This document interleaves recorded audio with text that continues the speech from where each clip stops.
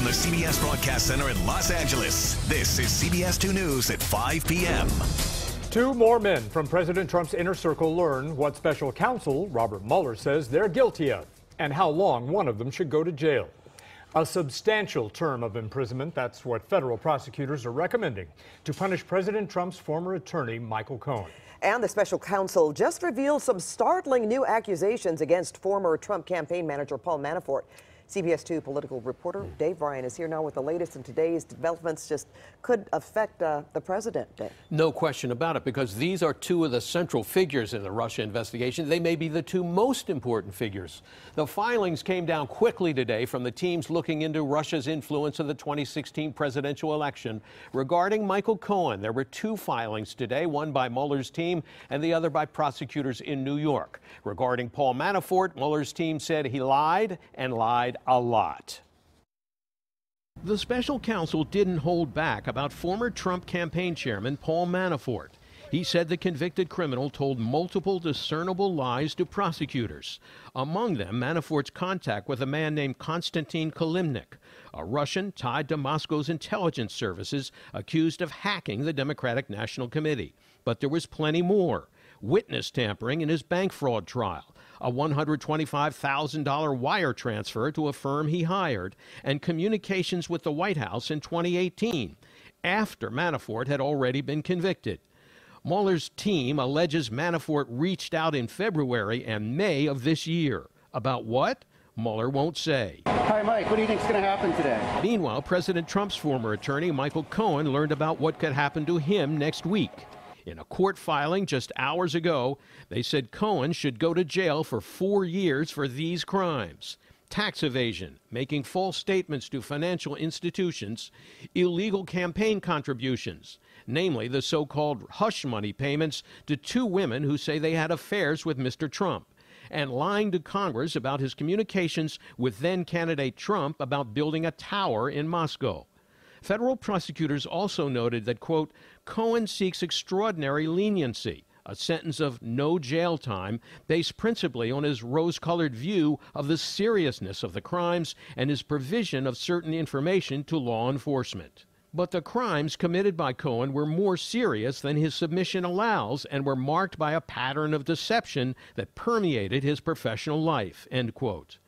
And there's new information about Cohen and his reported Russian contacts revealed in the Mueller filing. According to the Washington Post, in November of 2015, Cohen was in touch with an unidentified Russian seeking, quote, political synergy with the Trump campaign, adding a meeting between Mr. Trump and Russian President Vladimir Putin that could have a phenomenal impact, not only in political, but in a business dimension as well, end quote. The president clearly has surrounded himself with people that are willing to commit crimes and have been found guilty of crimes. You might say he's the head of a criminal family.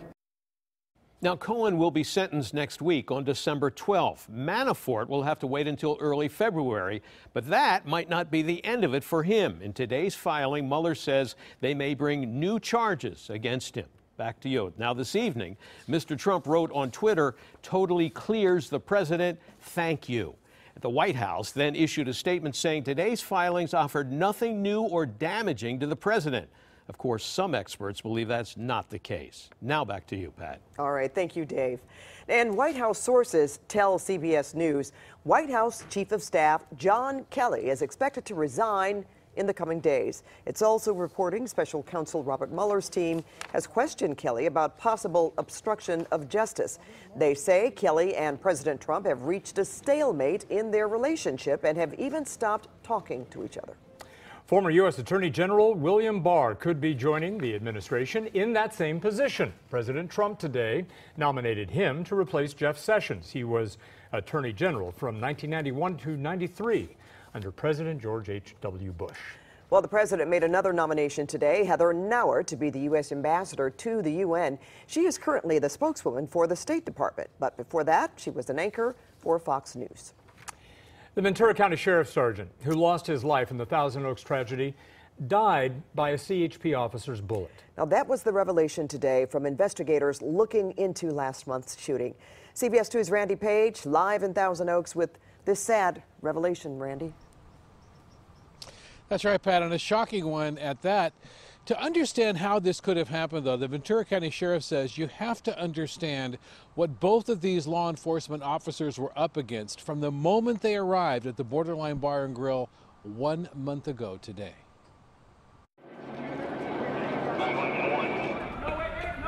Guys, run! Go! He's coming out this door! People were running through the parking lot and jumping out of windows to escape. Many were visibly bleeding. Shots could be heard as the law enforcement officers bravely approached the front of the business.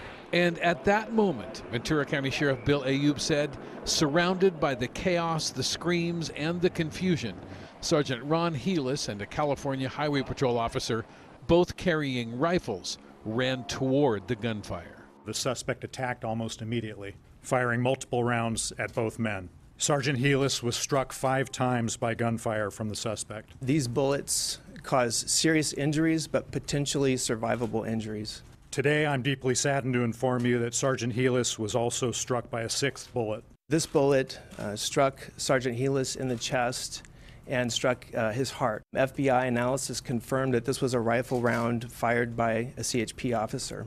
CHP Chief of the Coastal Division L.D. Maple said the FBI confirmation wasn't known until 2 days ago, and the officer involved had no idea he fired the fatal round. I delivered the message to him yesterday. Had no clue that it was coming. It was a surprise to all of us. He's devastated. He's a consummate professional, well-trained, military background, and as the sheriff said, it's still under investigations. Sheriff Bill Ayub said his deputies receive active shooter training, but he said his agency and the California Highway Patrol have not held joint training exercises.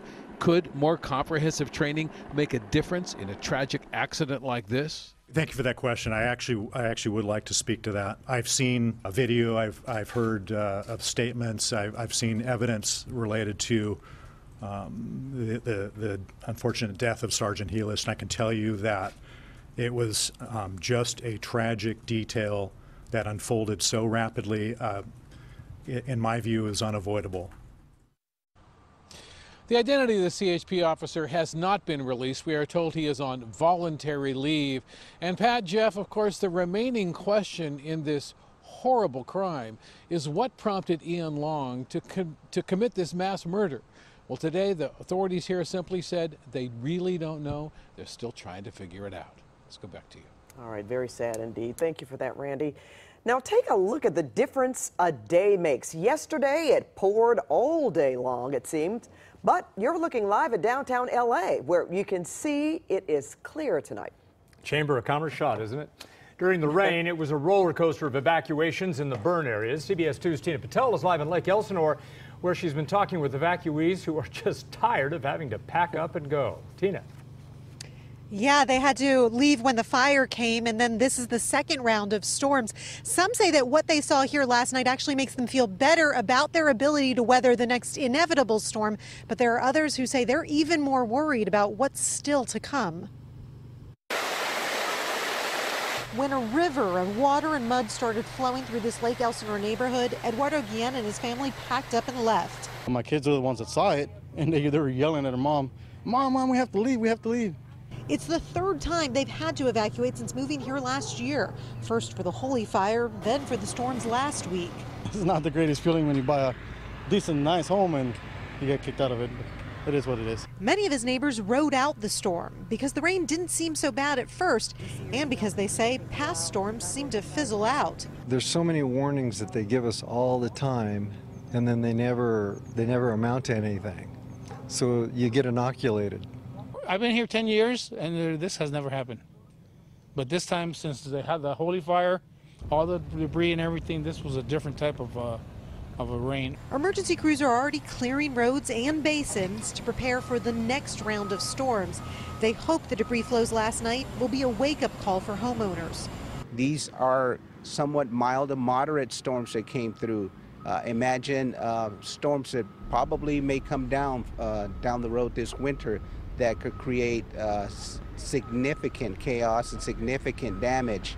Guillen says he'll pay more attention the next time he gets a warning. So I guess we just have to be more ready and actually listen to what they're saying to be ready. Changes were very quick here. The conditions actually trapped some drivers and homeowners in because their roads flooded out. And that's why officials say when they put those evacuation orders out, that's when people need to leave. That's when it's still safe to leave. They say that people just can't wait. In Lake Elsinore, Tina Patel, CBS 2 News. A big cleanup today in Costa Mesa. Businesses are dealing with soggy, damp carpets and muck inside their stores. Last night's storm flooded Pomona Avenue. Cars completely underwater. Businesses got flooded. Look at that. The rain caused several inches of water to seep into those shops. And the people were caught off guard, they say, by the amount of rain that fell. They got about 2 inches of rain in 2 hours. Our carpet's gone and the baseboards and things need to be ripped out. It's kind of in a panic at first because we were outside trying to get sandbags and trying to help everybody else out. And by the time we could put sandbags down on the back door, it was already coming in back and front door. Well, city officials say the storm drains had been cleared, but the pipes couldn't handle that amount of water in such a short time. Okay, a little bit later in this newscast, you're going to hear from the new coach of the LA Sparks, someone who knows a lot about LA basketball. Plus, the dean of the business school at USC gets the support of many students, why they say he shouldn't have lost his job. Then, local researchers need breast cancer patients to take part in a new study for a new blood test. And the Grammy nominations are out. Find out if your favorite singer is up for an award. That's coming up next. Evan and Sharon are still collecting toys, and why not a great evening to drop toys off in Riverside? It's beautiful out. Forecast coming up.